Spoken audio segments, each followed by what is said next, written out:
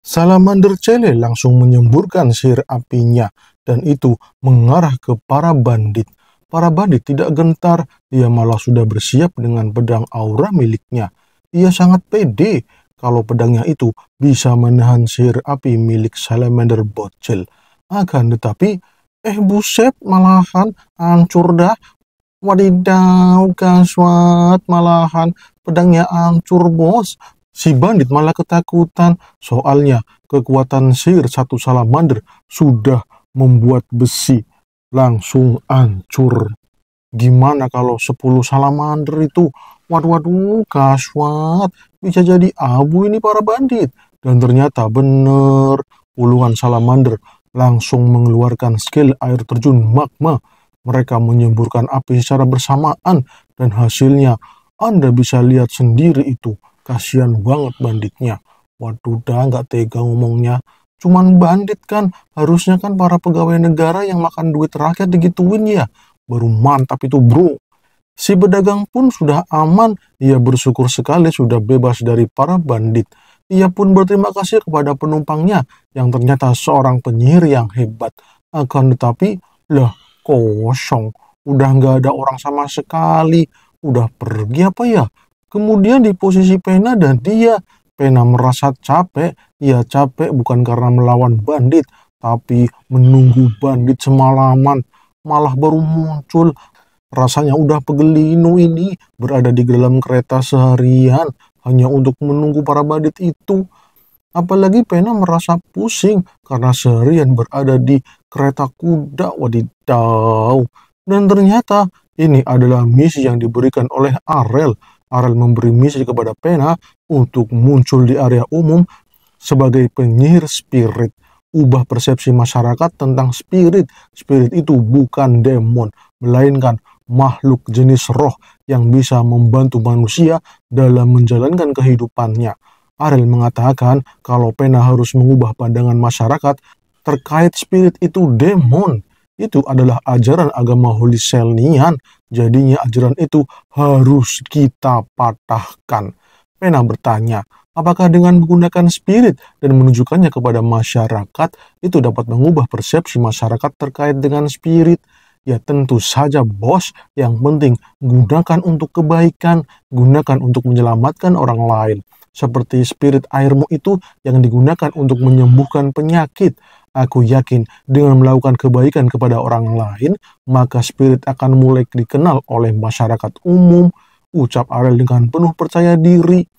Tapi sekarang Pena merasa kecapean. Pagi sampai siang harus bantu-bantu orang sakit. Malam harus cari bandit. Buset dah, gak ada istirahat. Pena ingin rebahan di kamar.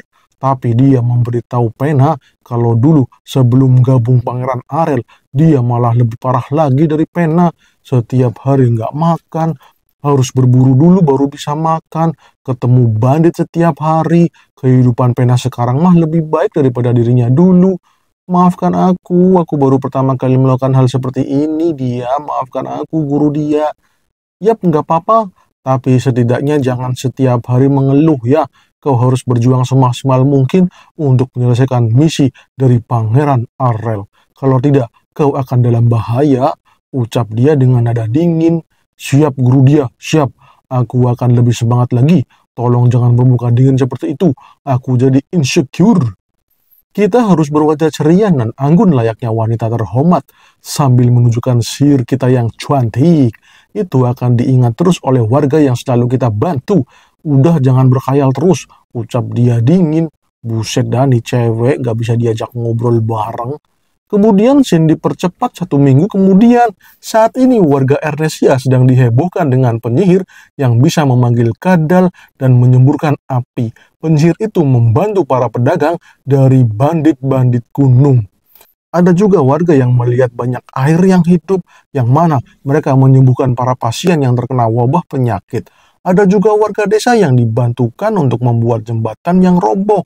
Walaupun itu jembatan sementara, tapi itu membantu sekali karena semua warga desa menggunakan jembatan itu. Bahkan saat itu, para bangsawan dan para pedagang membicarakan rumor tentang penyihir spirit yang membantu warga Ernesia. Sayangnya, para warga belum tahu siapa identitas dari si penyihir spirit ini. Ia masih menjadi misteri. Yang jelas, para warga yang menemuinya, mereka akan memanggil penyihir itu dengan sebutan penyihir penyelamat. Kemudian di posisi Arel, sekarang Arel sedang bersama dia. Dia sedang melaporkan tentang misinya menemani Pena dalam menyebarkan rumor positif kepada masyarakat Ernest terkait dengan penyihir spirit. Dan sekarang Arel sedang menyiapkan rencana kedua. Arel sedikit pusing karena ia harus merogoh kantongnya lagi. Padahal kantong pribadinya sudah menipis, malahan digunakan lagi, wadidaw. Dan rencana Arel yang kedua adalah membuat buku bergambar. Ini ditujukan kepada anak-anak.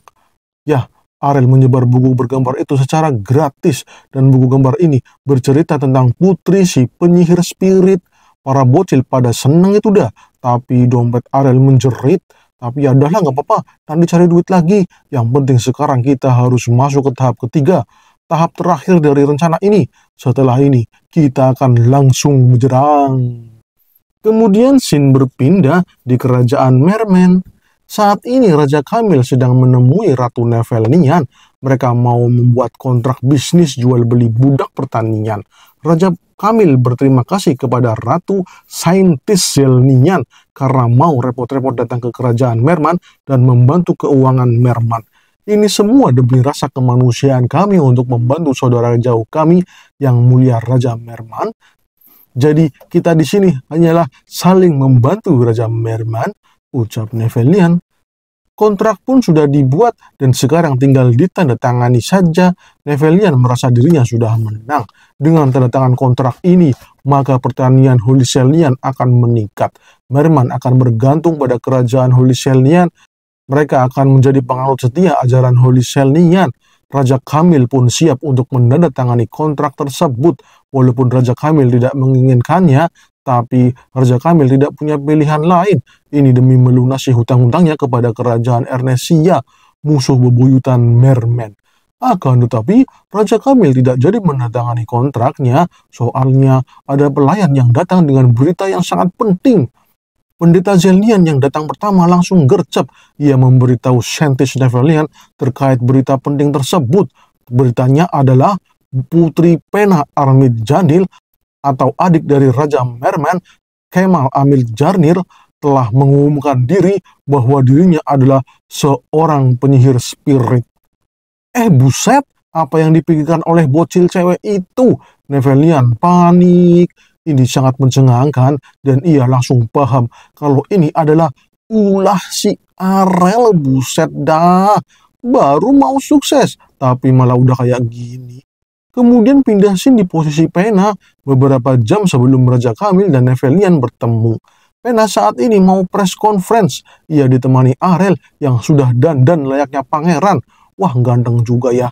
Ketika mau press conference, malahan Pena gugup itu ya. Ia deg-degan.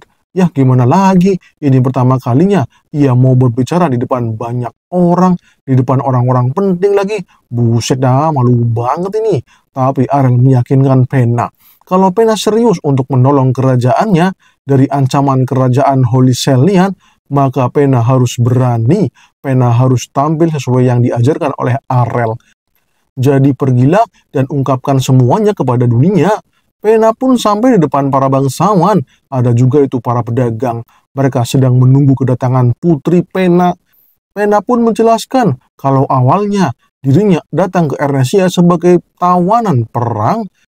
Tapi ketika ia berada di Ernestsia, ia malah diperlakukan baik oleh semua orang di sini. Bahkan ia diajari banyak hal oleh Pangeran Arel. Termasuk di dalamnya adalah pelajaran mengenai spirit. Wah, para warga jadi penasaran.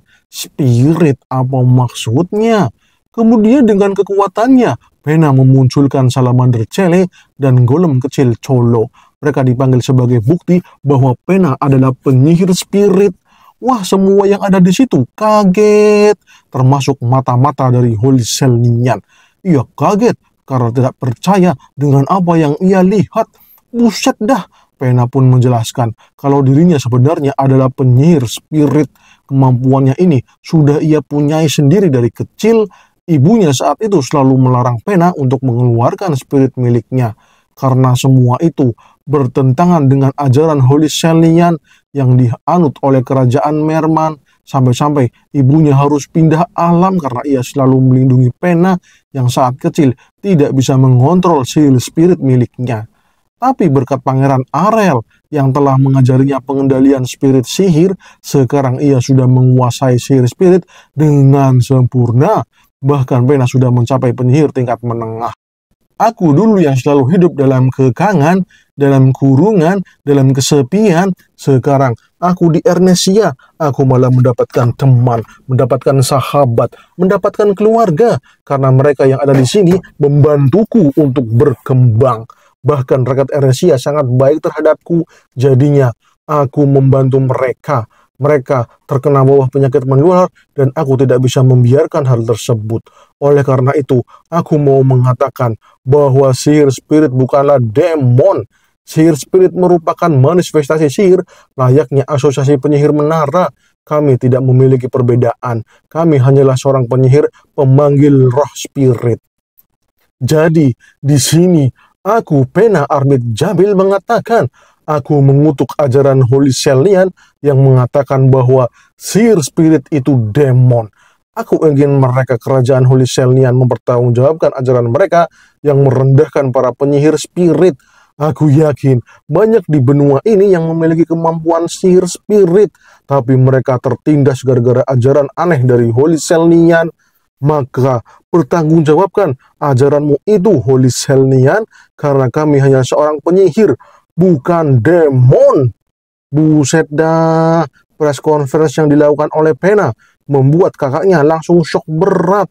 Ia ketahuan oleh Holy Selnian gitu ya, kalau adiknya adalah seorang penyihir spirit. Waduh, gagal ini mah hubungan antara Holy Selnian dan Merman. Dan lagi, Nevelian menjadi marah besar. Ia tidak menyangka Arel bahkan menggunakan Putri Pena sebagai senjatanya. Waduh, gas banget. Nevelian salah perhitungan. Ia gagal mengantisipasi serangan Arel. Waduh, gaswat bos.